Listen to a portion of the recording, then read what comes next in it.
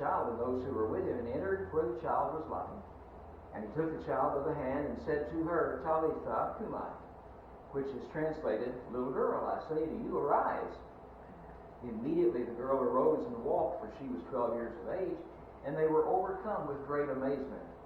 But he commanded them strictly that no one should know it, and said that something be given her to eat. So what was the result here? Jairus accomplished what he sought to do.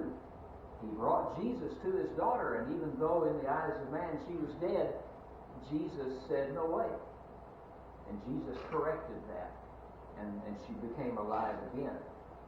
I would suggest that no matter what age our children are, they are but a few steps away from spiritual death.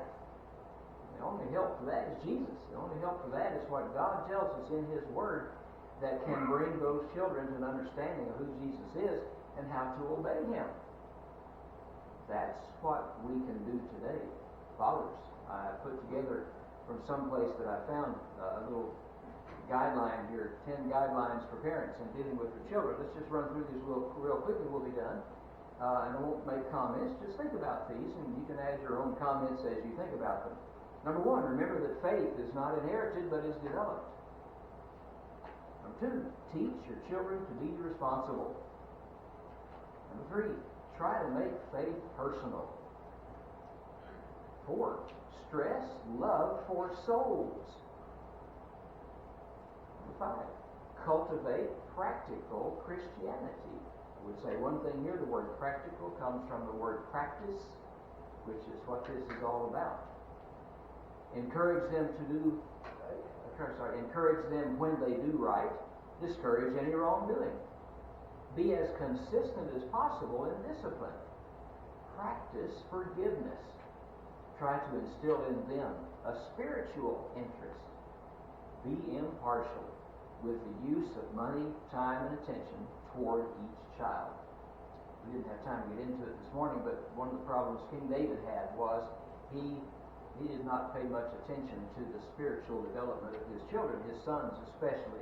He gave them too much, and he didn't rein them in when he should have, and that led to great disaster for them and for his kingdom.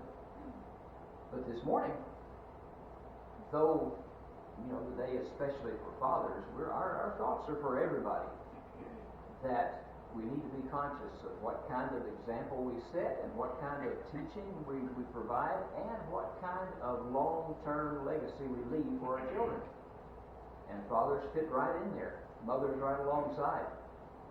We hope that if you're with us this morning and you've not been obedient to Christ, that you'll hearken back to the days of early teaching that you received.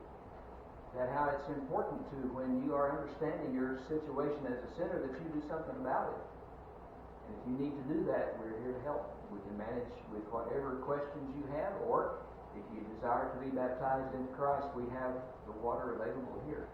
We also would suggest that any of us who see we need correction and better behavior for our children's sake, that we beseech God to help us with that. Our brethren will pray with us and for us, and God will certainly direct us in the ways that we need to operate to make our children better and prepared for the life ahead. If any of these apply to you and you need to respond, please come while we stand up and sing the song there, number 314.